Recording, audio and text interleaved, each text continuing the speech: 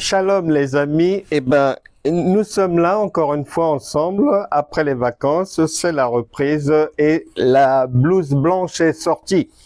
Et tout le monde sait très bien que lorsque la blouse sort, il y a un peu de travail. Donc pour aujourd'hui, on va repartir tout doucement dans les devoirs, donc on va pas trop charger la barque.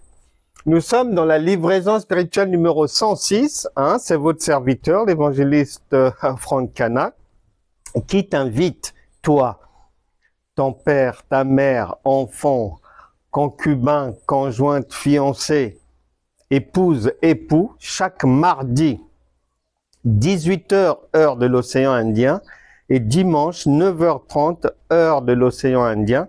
À Paris, à ce moment-là, le mardi, il est 16h, et le dimanche, il est 7h30 pour suivre les cours de Franck Cana, École de la foi révolutionnaire, parce que la foi chrétienne est en difficulté, elle est en péril, parce que bien souvent, elle est fausse, donc inexistante, ou encore bâtie sur une mauvaise fondation, ou encore assise sur du sable mouvant, c'est-à-dire l'ignorance, etc., etc. Donc, nous combattons cette ignorance-là, et nous ne voulons pas que le plus grand nombre aille dans la perdition, même si c'est prévu en Matthieu chapitre 7, versets 13 et 14, mais notre job, c'est de tout faire pour récupérer ceux et celles qui peuvent l'être.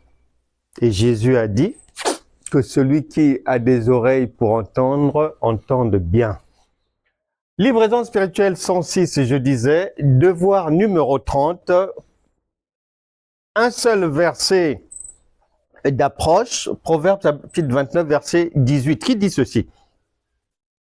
S'il n'y a pas la révélation, parce que pour voir Dieu, pour recevoir de Dieu, pour rencontrer Dieu, pour connaître Dieu, de bout en bout de la parole de Dieu, puisque Dieu est un Dieu qui se cache, il est dit qu'il faut la révélation. C'est-à-dire que quand tu lis un verset biblique, ce que tu lis là, c'est juste... En fait, l'image, c'est... La Bible appelle ça la lettre. Mais le plus important, c'est de trouver la pensée spirituelle. Ce que l'Esprit de Dieu dit de cette lettre, dont la compréhension t'a été donnée par l'école. Et comme Dieu n'est pas un homme, donc la compréhension qu'il te donne, c'est pas celle de l'école des hommes. L'image, c'est quand tu lis un verset biblique. Si ton pasteur ne te l'avait pas dit, ta prophétesse, ton docteur, ton apôtre, du niveau de la maternelle spirituelle, si ces gens-là ne t'avaient pas dit ça, quand tu lis un verset, tu es juste comme devant la devanture d'un magasin. Tu regardes la vitrine. Tu n'es pas dans le magasin. Tu ne touches pas la paire de chaussures. Tu ne touches pas la robe, elle ne t'appartient pas. Tu ne la vois pas. Elle se trouve dans le magasin. Tu peux trouver des produits de premier prix en vitrine, mais le plus important, le plus cher, c'est dans le coffre-fort de la bijouterie là-bas. Donc, tu dois entrer dans la bijouterie, dans le magasin. Donc, l'intérieur là-bas, c'est l'image du Saint-Esprit. La lettre, c'est la devanture, ou bien le carton de la paire de chaussures que tu reçois. Le verset biblique que tu lis, c'est juste l'emballage. Mais le plus important, c'est la paire de chaussures. C'est le bijou qui se trouve à l'intérieur.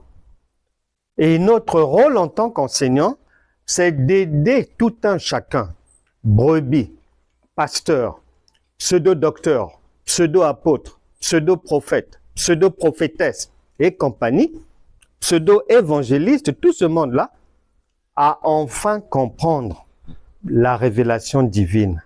Car Dieu est dans la révélation, il est la révélation. Proverbe 29, 18 dit, sans cette révélation, c'est-à-dire sans la compréhension cachée des Écritures.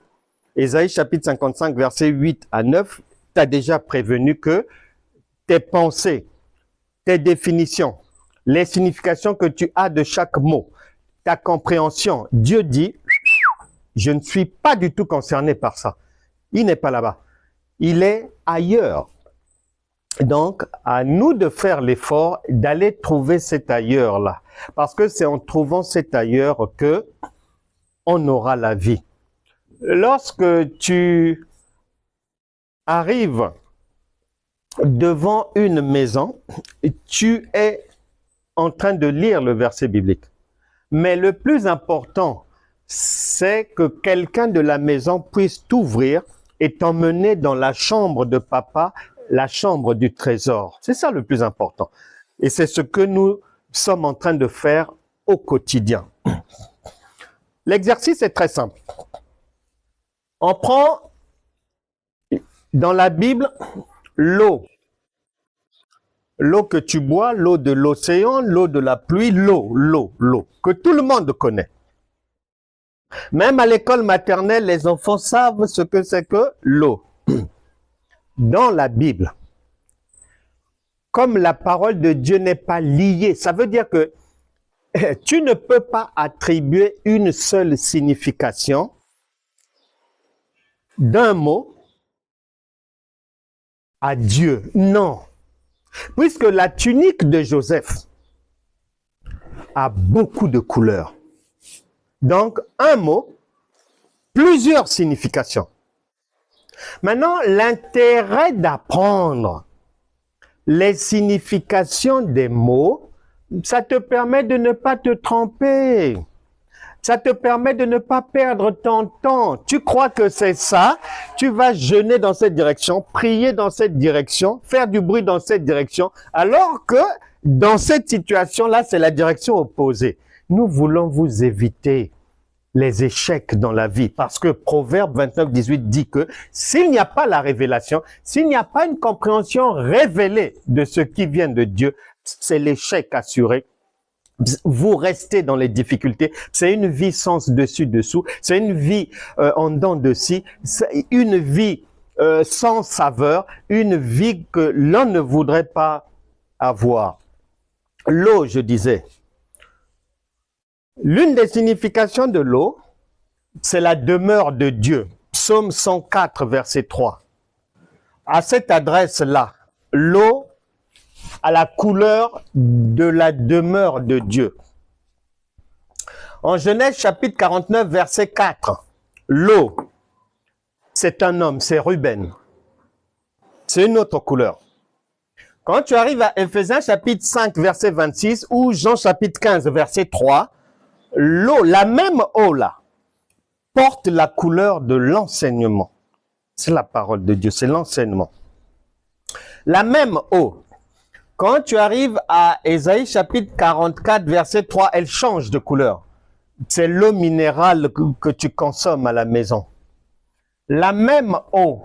Quand tu arrives à l'adresse biblique Nombre chapitre 5, verset 22, elle a la couleur de la malédiction. Elle s'appelle malédiction. Sa définition, sa signification, malédiction. La même eau dans la pensée de Dieu. Dans le Larousse de Dieu, lorsque tu arrives à Ézéchiel chapitre 36, verset 25, ça veut dire la pureté. Et la liste est longue. Je ne te demande pas de trouver les autres significations possibles. Non, ça te prendra trop de temps. On va faire très simple. Je vais te demander seulement de trouver de la même manière, parce que Jésus-Christ est le même hier, aujourd'hui et éternellement. De la même manière que l'eau, tu fais la même chose avec prière. Quelles sont les différentes significations, quelles sont les différentes définitions du mot prière dans les Écritures? Très simple. Comme devoir, ça nous permettra 2 Corinthiens chapitre 13 verset 5 dit « Examinez-vous vous-même pour savoir si vous êtes OK avec Dieu. » Ça permettra à chacun de faire l'état de lieu de sa propre vie et de te rendre compte combien de fois tu as l'habitude de te tromper, de te rendre compte combien de fois les enseignements, soi-disant que tu reçois, sont faux, sont bidons. Parce que dans l'intellect de 99% des chrétiens, prière veut dire se mettre à genoux et parler à Dieu. Prière veut dire parler à Dieu. Prière veut dire faire des demandes à Dieu. Prière veut dire ceci, cela.